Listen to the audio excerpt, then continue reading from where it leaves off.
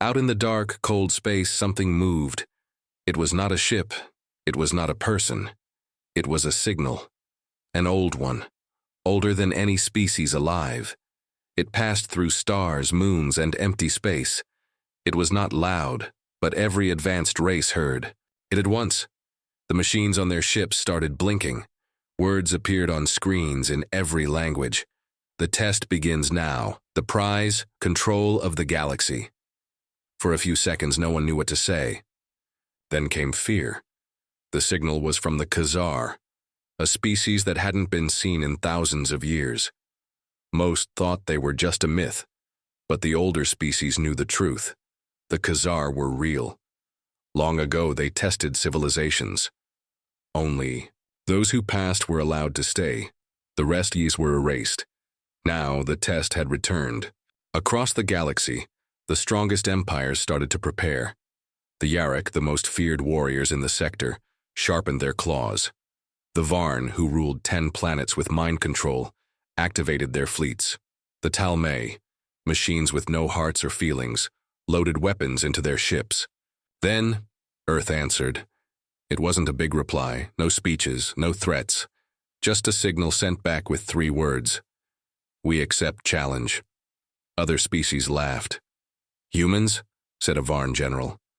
They are young, weak, barely out of their home system. Let them come, growled a Yarok war chief. Their bones will be dust before the first sunrise. But not all were so quick to joke. Some remembered stories, small rumors about humans, how they fought wars even when they were losing, how they didn't stop, how they never surrendered. In a quiet corner of space, a Talmay machine spoke to its leader. They are not logical. They are dangerous. They break patterns. Its leader answered, then we will study them, before we fight them. Back on Earth, the response to the signal was quiet, careful but serious. Humans had seen wars. They had survived worse. Not just from enemies, but from each other. They knew what pain looked like. They knew what death felt like. But more than that, they knew how to stand up again. A secret meeting was held underground. No cameras, no politics. Just the best minds Earth had. Soldiers, scientists, diplomats. One question was asked. What do we do? The answer came not from a general, but from a quiet woman sitting at the back. She was a history teacher. She said, we learn, then we plan, then we act. So that's what they did. Earth sent small teams to explore, quiet ships with silent engines. They gathered data. They watched. They listened. While the big empires showed off their weapons, humans took notes. The Khazar, hidden somewhere in the deep dark of space, were watching too. They didn't speak. They didn't send more messages. But they observed. Then came the first sign that something was different. A Talmay scout ship disappeared. It had entered a system for study. The next moment, gone. Not destroyed. Just vanished. The Talmay blamed the Yarok. The Yarok blamed the Varn. But then a message appeared on a private channel.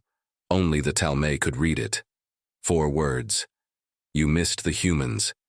That's when fear started to grow. The Khazar had seen something they didn't expect. Humans were not the strongest, not the fastest, not the smartest, but they were something worse. Unpredictable. They didn't follow rules, not the enemy's rules, not even nature's rules. They broke them, remade them, then laughed while doing it. The other species still didn't understand, not fully, but the smart ones were starting to worry. Why would humans accept a death game with no fear? Why did they send no big ships, no armies? And then came the second signal. This one was smaller. It only reached a few ships. It had no message, just a sound. It was laughter, human laughter. And in the silence that followed, something changed in the galaxy. The old powers began to watch more carefully. The test had begun. The players were ready. But no one expected that the ones who would change everything were the humans. They were the last species anyone feared. But maybe they should have. The sky above the dead planet was dark and full of dust. The sun didn't shine there. Nothing lived. No trees, no water. Just sharp rocks and empty land. This was the place chosen for the first test. The Khazar didn't speak again. They just sent the coordinates. No rules were explained, no maps, no safety. All who received the signal knew one thing: survive. For 7 days. Within hours, ships from many species arrived in orbit. Some came in large numbers, hundreds of warriors with heavy armor and high-tech weapons. Some brought walking tanks, flying drones, and fire from the sky. The Yarok, with their giant claws and thick skin, roared as they landed. They broke rocks with their fists to show power. The Varn entered quietly. They didn't carry weapons. They were the weapons. They could bend minds, twist thoughts, make enemies shoot their own friends. The Talmay machines landed in perfect formation, each one a walking gun with red eyes and steel skin. No emotion, no fear, no mistakes. Then came the humans. Only one ship. Small, old, rust on the sides. From it, 10 humans stepped out. 10.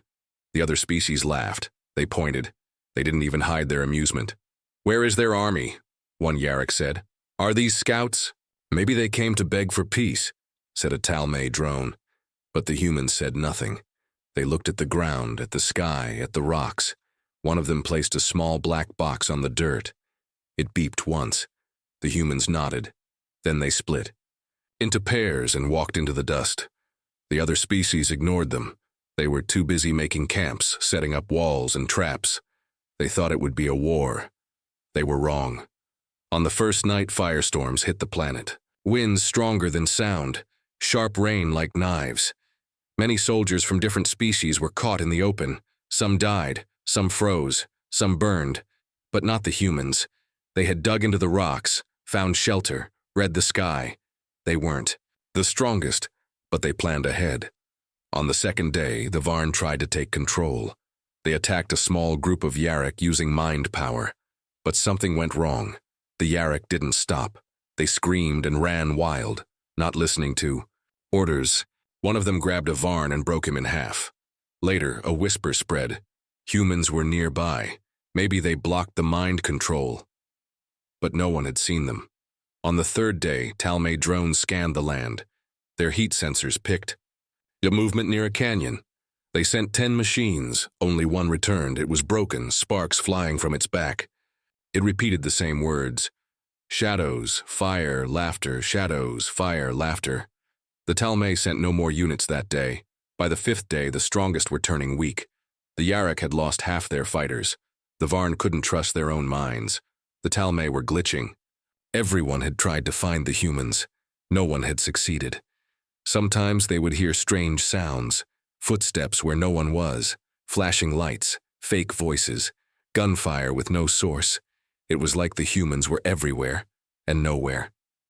On the 6th day, the Khazar sent a drone to the planet. It hovered in the air, watching, recording. One by one, it flew over the camps, dead soldiers, broken tech, empty food boxes, desperate survivors. Finally, it reached a quiet valley. There, it saw the 10 humans, alive, calm, drinking water, eating food. One was reading a small book. When the drone flew closer, one of the humans looked up. He smiled, then waved. The drone paused, then flew away. The 7th day came. A bright light covered the sky. A voice, old and deep, echoed in every ear, in every mind. The test ends. Now. Every species waited. Who had passed? What would happen? Then came the shock. A list appeared in the sky, names of all species who failed. The Yarok, the Varn, the Talmay. Many more, all marked with red symbols. At the very bottom, one name was alone, glowing white. Humanity. Passed. Gasps spread across the galaxy. How? Why? The answer came from those who watched closely. Humans had not fought. They had survived. They didn't chase glory. They didn't rush into traps. They studied, waited, used the planet itself as their weapon. They turned shadows into allies. They made the planet fight for them. And they did it with just 10 people. Now, the galaxy. was starting to see the truth. Humans didn't win because they were lucky. They won because they think differently. And this was only the beginning. The galaxy was still talking. Everyone asked the same question. How did the humans win the first test with just 10 people? No tanks, no war machines, no magic powers, just humans, thinking, planning, surviving. The Yarrick were angry. The Varn were confused. The Talmay didn't show emotion, but even they updated their threat lists. One new species was now at the top. Humans. The Varn, known for their spies, decided to investigate. They wanted to understand Earth. What made these small, soft beings so dangerous? They sent hidden ships to orbit the planet. They hacked satellites. They listened to human messages. They watched old videos and read ancient files. And what they found shocked them. Earth had no empire, no single ruler. Humans often fought each other. Their history was full of war, not just one or two, but hundreds, big wars, small wars, world wars. The more they studied, the more worried they became. Humans had created weapons before they even left their planet. Not just guns, but bombs that could destroy entire cities, machines that could kill from far away, ships that flew, without pilots. But that wasn't the scariest part. What scared the Varn was how humans thought about war. They didn't enjoy it. Most hated it, but they studied it anyway. In books, in schools, in movies, even in games. They learned about ancient battles, famous generals, smart tactics. They learned what worked and what failed. To the humans, war was not just violence. It was knowledge. That's why they won the first test. Not because of power, but because they had studied war for thousands of years. Like scholars, like scientists. A Varn report sent back to its leaders said, "They are not violent by nature, but they are ready for violence, at any time." And they, do not panic. The Talmay reached a similar conclusion. They ran simulations, 1,000 battles between their drones and human teams.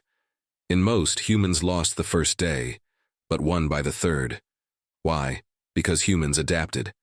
When a Talmay drone attacked, it followed code. Same plan, same strategy. But humans learned. They changed. They made mistakes, but used those mistakes as weapons. In one simulation, a human tricked a Talmay unit by acting afraid. He ran, dropped his weapon, pretended to fall. The machine approached, then triggered a trap. That simulation was deleted. The Talmay didn't want to admit how smart the humans were. Meanwhile, on Earth, the 10 survivors from the first test were brought back. Not as heroes, but as teachers. They were quiet, humble, but when they spoke, everyone listened. "We didn't win because we fought," said one of them. "We won because we knew we would have to fight," another added. The test wasn't just about strength, it was about who understands danger and who prepares for it. Back in space, more eyes turned toward Earth. Old species, silent for centuries, opened their channels. They wanted to know more. Some feared humans, some were curious. A few even wanted to learn from them. That was new. For the first time, other species began studying humans like humans studied war. They read about Earth's battles, Thermopylae, Stalingrad, Normandy. They learned about leaders who fought without hope, but still won. About small groups who changed history with courage, timing, and strategy. The Khazar were still silent, but they watched closely. They understood what others didn't. Humans didn't fight for power. They fought because they had to. On a faraway station, an old warrior from a dead empire looked at Earth's history. He read the words of a human. "General, in war, you learn the hard truth. Your enemy is not a monster, he's just like you, that's why you must be better." The warrior closed the file and whispered, "They are dangerous, not because of hate, but because of understanding." The galaxy was changing. The idea of human was changing, no longer weak, no longer small.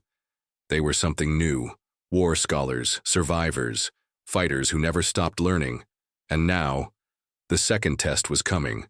The second test came without warning. One morning, hundreds of species received the same message. No voice, no face, just words on a black screen. Protect what you cannot lose. There were no more details, no time, no place, no list of enemies. Just that one sentence. Panic spread across the stars. The Yarrick thought it meant their home planet. They gathered their armies, lined up warships around their skies, and waited for an attack. The Varn believed it was their ancient mind libraries. They put up mental shields and filled their halls with psychic guards. The Talmay believed the test would target their power core on a moon-sized machine. So they turned all weapons inward, ready to destroy anything that came close. But Earth, humans, didn't prepare with weapons. Not at first. They asked a simple question. What is the one thing we can't afford to lose? It wasn't a place, not a building, not a machine. It was people, not just the leaders or soldiers, not just the strong, everyone. So while the other species built walls, humans built evacuation plans. While others prepared guns, humans prepared shelters. Schools practiced drills. Hospitals doubled supplies. Every city, every town, every village got ready, not to fight but to protect each other. When the test truly began, it didn't come with ships or bombs. It came with silence. Across the galaxy, one by one, lights started to go out. First, deep space, relays, then communication towers, then power plants. It wasn't an attack, it was a shutdown, a blackout. No messages could be sent, no ships could take off. Gravity fields stopped working. In some places, oxygen systems failed. On many worlds, people panicked. They fought each other. They looted food stores. They broke into bunkers that weren't theirs. Societies collapsed in hours. The Yarrick's main city turned into a war zone. The Varn lost control of their own minds. The Talmay systems froze, unable to reboot. But Earth, it held together. Not perfectly. There were problems. Power failed. Lights went out. But humans lit candles, used radios, shared food. Old knowledge came back. How to grow food by hand, how to filter water without machines, how to survive without tech.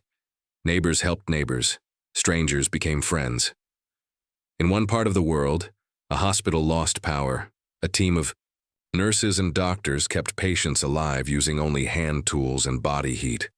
In another, school children dug fire pits to cook meals for entire towns. They didn't panic.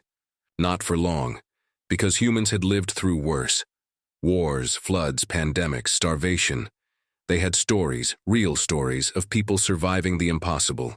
And this time, they were ready. On day 3 of the blackout, a strange event happened. Above Earth, a Khazar probe appeared in orbit. Hidden but seen by human telescopes. It released small drones that began to scan the planet. They looked for failure. They expected chaos. What they saw was different. No riots, no burning cities. People stood in lines to get food. They shared medicine. They formed patrols to keep streets safe. Children still laughed. Families sang old songs in the dark. Some even wrote messages to the stars. One note, written on paper and launched on a weather balloon, said, "We don't need power to protect what matters." In space, the other species watched in disbelief. Many of their own worlds were lost. Entire systems had fallen into madness. Their strongest warriors were powerless. Their smartest minds had no answers.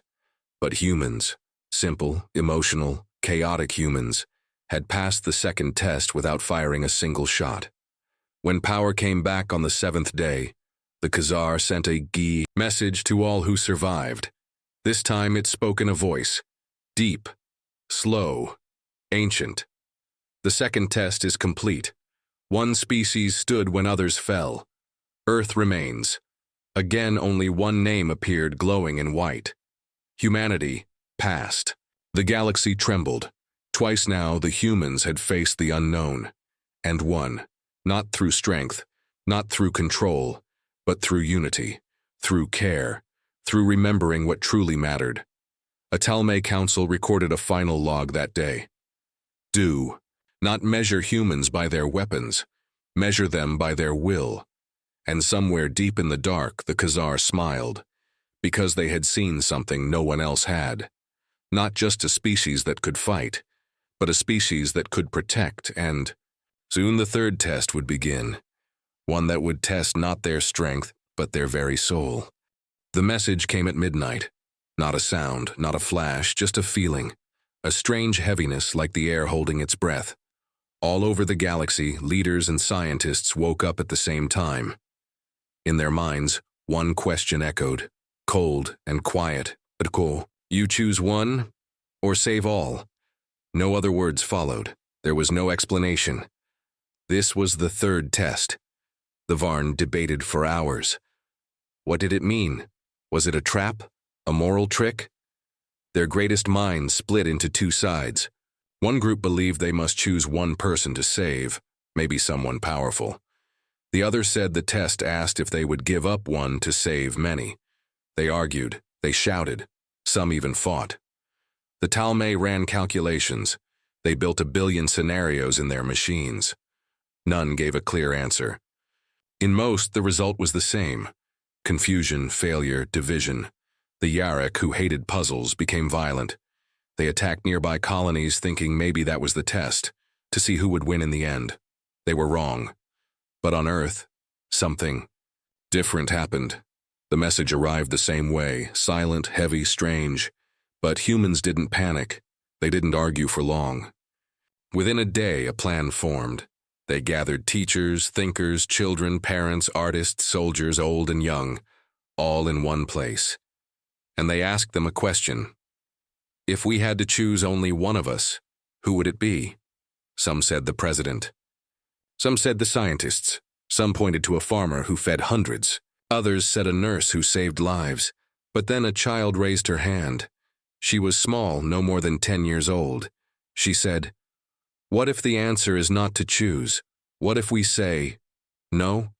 The room fell silent. A few people laughed nervously. Say, no to the test? That would be failing. But the girl shook her head. Not failing, refusing. What if we tell them everyone matters? What if that's the real test? Her words spread. People repeated them. First in cities, then towns, then across the planet. We will not choose just one. We will stand for all. It became a chant, a signal, a human answer.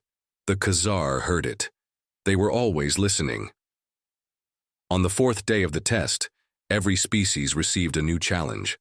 They were shown a chamber, dark and full of light. Inside it was a machine, on. Its side, one glowing button. Each species had to press it. The Khazar said, press the button and one person will live forever. All others will fade. Refuse to press it and all may be lost. Fear spread, some pressed it, most hesitated. Many waited for someone else to go first. But when Earth's turn came, the humans did something different. They gathered in front of their own version of the machine. Instead of one person going in, they stood around it side by side. A farmer, a scientist, a soldier, a teacher, a child. They faced the camera, looked up at the stars and said, "Together, we will not choose. One life over many, we choose each other." And then they walked away. They didn't press the button. The chamber turned dark. For a long time, nothing happened. Then, suddenly, a burst of white light shot into the sky. It spread across space, and the voice of the Khazar returned. This time it was, "Clear, warm, proud, you have passed." Once more, a single name appeared across the galaxy. Humanity passed. This time, it was written not in white, but in gold. The galaxy changed again that day. They realized something powerful. Humans didn't just survive. They didn't just adapt. They didn't just protect. They chose what was right, even when it was risky. Even when it could have cost them everything. They chose it together. A Varn leader, watching from his tower, whispered, "We tried to control each other's minds, but they chose with their hearts." A Talmay program recorded, "Humans are not bound by logic. That is why they are stronger than logic." And the Khazar? They began preparing the next test, because now they were sure. Humanity had something special, not power, not numbers, but something even rarer, a soul that refuses to let go of others, and soon, that soul would be tested like never before. The fourth test would not be a game. It would be a war. The galaxy was quiet, but it was not peace. After the third test, something changed in the stars. The Khazar sent no message, no voice, no light, just silence. A heavy, watching silence. But the other species knew. The final test had begun. This time it wasn't a puzzle, not a trick, not a question. It was a war, not just a war of weapons, but a war of truth. The Khazar had released something. Something old. Something built for destruction, a machine species. They had no name, no emotion, no fear. They didn't want land, or food, or power. They wanted only one thing: erase the unworthy. They moved fast, too fast. Within days, whole colonies were gone. Yarrick fleets were torn apart. Varn cities burned in silence. Even the Talmay machines failed to stop them. Their logic couldn't outmatch the cold rage of the enemy. Every species screamed the same message into the stars. Where are the humans? But Earth had gone dark. No signals, no ships, no replies. Some thought the humans had hidden. Some thought they had fallen. But then a single transmission arrived. Simple words. Human voice, calm tone. We were never gone, we were preparing. On that day, the skies above 10 broken planets opened. Human ships poured out, not huge or shiny, but sharp, fast, and strange. Unlike anything seen before. They didn't come with armies. They came with teams. Each team had only a few people, 5, 6, maybe 7. But they knew exactly where to land, where to strike, where to save. They moved like ghosts. On one world, a human team found a Talmay city under attack. The machines defending it were failing. The human leader spoke into the comms. We're not here to take command. We're here to fight beside you. Together, they set traps the enemy couldn't predict. They used fire, smoke, and sound. Shalda. Tricks. Human tricks. The machines fell. On another planet, a Yarrick warrior was pinned under rubble. He thought the humans would leave him, but a human soldier stayed behind, lifted the stone, saved him. The Yarrick growled. Why would you help? Me, the human answered. Because you're not the enemy. The Khazar watched. They always watched. They had unleashed the war to see what humans would do when everything was at risk. Not just their own world, but others. And the answer was clear. Humans didn't protect just themselves. They protected everyone. On the 5th day of the war, something strange happened. All across the battlefields, human teams began singing. Old war songs. Soft, sad, powerful. Some were in English. Others in languages the galaxy didn't know. But the rhythm was the same. A pulse, a heartbeat. It gave hope to those who heard it. The Talmay called it emotional warfare. The Varn called it soul coding. The Khazar had no name for it, but they felt it. It was the human spirit. It did not give up. It did not leave others behind. And when it stood, others stood with it. The final battle happened on a dead world near the edge of the galaxy. The machines had built a tower there, tall and black, feeding off energy, sending death through the stars. The Khazar waited, watching silently. Would the humans destroy it? No. They climbed it. A team of 7 reached the top. Wind howled. Lightning cracked. The tower tried to kill them. They kept climbing. When they reached the heart of the tower, they didn't blow it up. They didn't scream victory. They connected to it and sent a signal of memory, images, voices, feelings, the pain of war, the love of peace, the loss, the courage, the songs, the children. They sent a message the machines had never known what it means to be human. The tower stopped. The machines paused. For the first time, the enemy stood still. And then they shut down. Across the galaxy, the war ended, not with fire, but with understanding. The Khazar spoke one last time. You were not tested for strength. You were tested for soul. And yours is made of fire and mercy. One final name flashed across the stars. Humanity, chosen, not just passed, chosen. And as silence returned to the galaxy, it was not heavy anymore. It was peaceful, because now, the galaxy knew, when the worst darkness comes, you pray the humans show up, and they always do. Years passed. The war ended. The galaxy was quiet again. But it was not the same galaxy. The Yarrick no longer marched in conquest. The Varn no longer tried to control minds. Even the Talmay, once ruled by machines, had learned to listen with something like feeling, and above all of them, and was the name that echoed across every star: humanity. They didn't rule. They didn't demand tribute. They didn't build an empire. They just returned to Earth. But everyone remembered, because when the galaxy broke, humans didn't run. When the tests came, they didn't just survive. They chose to protect. They chose unity. And when the war arrived, they didn't just fight. They taught the galaxy how to stand. In secret meetings, powerful species asked the same question: how did we miss this? How did humans, soft, slow, emotional humans, defeat the final test? The truth was hard to understand for those who had never been human, because humans didn't win with lasers or fleets. They won with something else, something the Khazar had seen long ago. In the ruins of ancient systems, long before other species even learned to walk, the Khazar had watched one strange planet grow. It was wild, dangerous, full of storms, fire, and ice. Life there was short and painful. But something happened on that planet. Creatures rose who cried for each other, who made tools not just to survive, but to share, who sang in the dark, who told stories to give each other hope, who died for strangers, and called it honor. That world was Earth. That species was human. And long before the tests began, the Khazar had chosen Earth as the final hope, because they didn't need the strongest. They needed the deepest. The species who remembered pain and chose kindness anyway. The species who could be broken and still protect others. The species who didn't fear death, if it meant others would live. So now, across the stars, the name of Earth was spoken with quiet respect. Young warriors were told, if a human says they will protect you, believe it.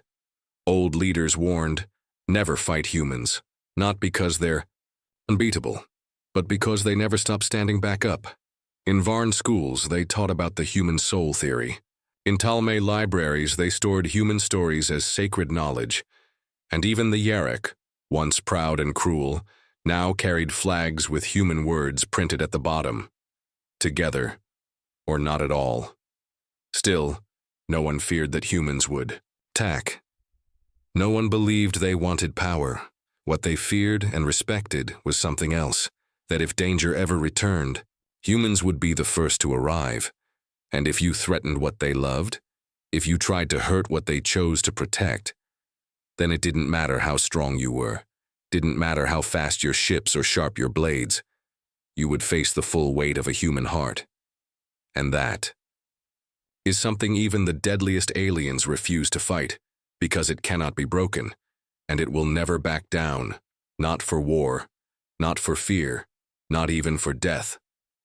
So in the quiet after the storm, when the stars were safe again, one message remained. Glowing in ancient golden light, humanity, the last species we ever wanted to hear from, was the one that saved us all. And somewhere, deep beyond all galaxies, the Khazar whispered, the tests are over. The Guardians have arrived.